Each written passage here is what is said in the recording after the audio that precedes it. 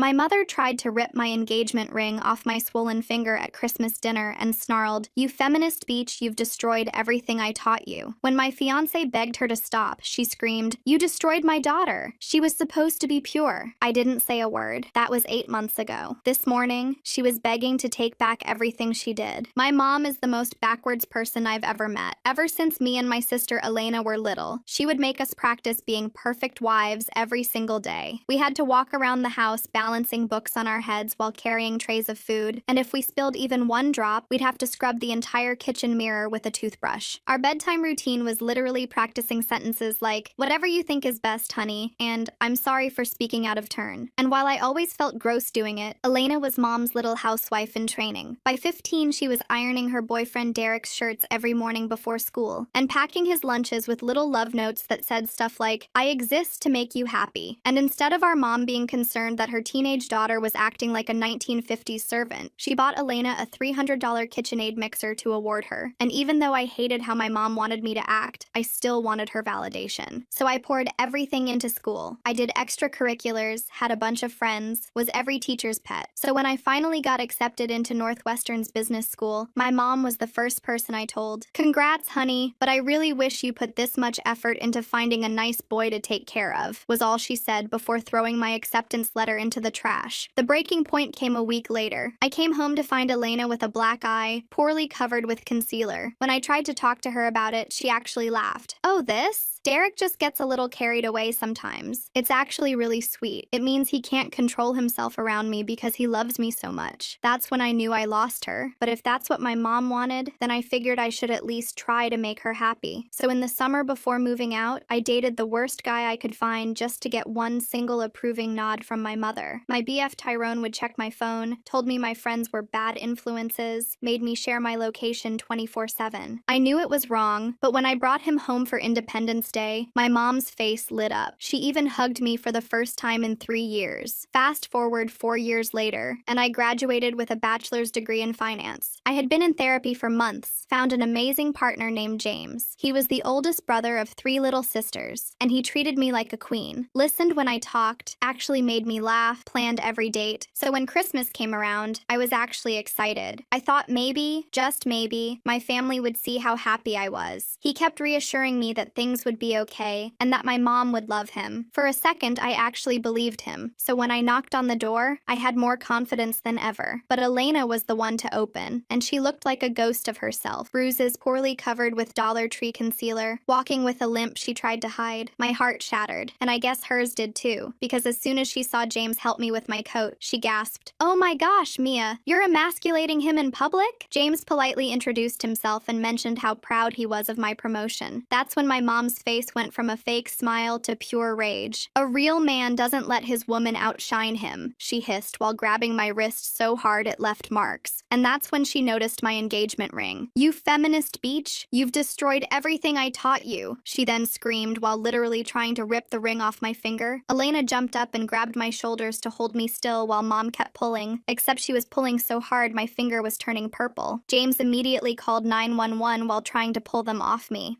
I figured by this point my parents would realize they were assaulting me, but no. My mom grabbed a kitchen knife and lunged at James. "You destroyed my daughter. She was supposed to be pure." Meanwhile, my finger felt like it was being torn off and I couldn't stop screaming. Luckily, the cops arrived fast, and by the time the paramedics checked me out, my finger was dislocated and deeply cut from the ring being forced off. By the time the substances wore off, I was furious. My mom kept calling me. James was telling me he's sorry for embarrassing me and asking me if I was sure I still liked him. But all the noise around me simply came in one ear out the other, because I was going to have a relationship with James, and I was going to make my family back off. And make my family back off I did. I blocked every single number. Mom, Elena, even distant relatives who might pass messages. James helped me change all my passwords and set up new email accounts. My hands shook as I deleted years of photos from my phone, but each deletion felt like cutting a rope that had been strangling me. The first week was quiet, too quiet. I threw myself into to work, staying late at the office to avoid thinking about what happened. My finger still throbbed where the ring had been forced off, and James bought me a simple chain to wear it on until the swelling went down. My coworkers noticed the bandage, but I just said kitchen accident and changed the subject. Then Thursday morning, my boss McCatherine called me into her office. She had this weird expression, like she'd eaten something sour. "Mia, I received a concerning call about you yesterday. Your mother claims you stole family heirlooms worth thousands of dollars." My stomach dropped. I gripped the armrest of the chair until my knuckles went white. "That's not true. I haven't taken anything from them." She also mentioned you might be having some mental health challenges, said you've been acting erratically, that your boyfriend is controlling you. McCatherine leaned back in her chair, studying me. "Now, I've worked with you for 2 years. This doesn't sound like you, but I had to ask." I pulled out my phone with trembling fingers and showed her the police report from Christmas. Her eyes widened as she read about the assault, the dislocated finger, the knife. "I'm trying to get a restraining order. She's lying because I cut contact." McCatherine's face softened. "I'm sorry you're dealing with this. But Mia, she called 3 times yesterday. My assistant fielded 2 more calls this morning. If this continues, it could affect your promotion review." I left her office feeling sick. 3 years I'd worked for that promotion. 3 years of 60-hour weeks, perfect presentations, bringing in new clients, and my mother was trying to destroy it with a few phone calls. James was waiting in the parking lot with coffee and my favorite sandwich. He'd started doing that, showing up when he knew I'd need support. "How bad?" he asked as I slumped into the passenger seat. "She's calling my work, making up lies about theft and mental problems." I took a shaky sip of coffee. "McCatherine believes me for now, but if this keeps up, we're filing harassment charges today," James said firmly. "My sister Ashley works at a law firm. She can help us figure out the paperwork." Ashley turned out to be a godsend. She was the middle sister, sharp as a tack with wild curly hair and a no-nonsense attitude. She sat us down at her kitchen table that evening with a stack of forms and a recorder. "Document everything. Every call, every contact attempt, every lie. We're building a paper trail." I spent hours writing out dates and incidents while Ashley organized everything into neat folders. James sat beside me, occasionally squeezing my shoulder when my hand cramped from writing. By the time we finished, we had 20 pages of documentation going back years. "This is good," Ashley said, scanning through everything. "Shows a clear pattern of escalation. We'll file first thing tomorrow." But my mother escalated faster than we could file paperwork. Saturday morning, I woke to pounding on our apartment door. Not knocking, pounding. James checked the peephole and immediately pulled me back into the bedroom. "Stay here. It's the police." My heart hammered as he went to answer. I could hear muffled voices, then James saying loudly, "No, she's not being held against her will. This is harassment." I threw on clothes and walked out to find 2 officers in our living room. The older one looked tired, like he'd dealt with this too many times. "Ma'am, we received a report that you're being held hostage by your boyfriend. Your mother says he's abusing you." "She's lying." My voice came out steadier than I felt. "I have a police report from where she assaulted me on Christmas. She dislocated my finger trying to rip off my engagement ring." I showed them the report, the photos of my injured hand, the documentation Ashley helped us prepare. The officers exchanged looks. The younger one actually sighed. "Third wellness check this week that turned out to be family drama. Ma'am, you might want to consider a restraining order." "We're working on it," James said. After they left, I couldn't stop shaking. James made tea while I sat on the couch, wrapped in the blanket his grandmother had made. "She told our neighbors I'm abusing you." Mrs. Chen was watching through her peephole when the cops came. The next few days blurred together. More calls to my work, more police visits. My mother had apparently made friends with several neighbors, spinning tales about her poor daughter trapped by a controlling man. Mrs. Chen started avoiding me in the hallway. The guy from 3B asked James if everything was okay at home, with this look like he was ready to throw hands. Then Elena started calling. Not my number. She knew I'd blocked her. She called James's phone, leaving voicemails that he'd play for me with the volume low. "Mia, this is all your fault. Derek left me. He said our family is too much drama, that it makes him look bad. You ruined everything. If you just played along, none of this would have happened." Her voice sounded slurred in the messages,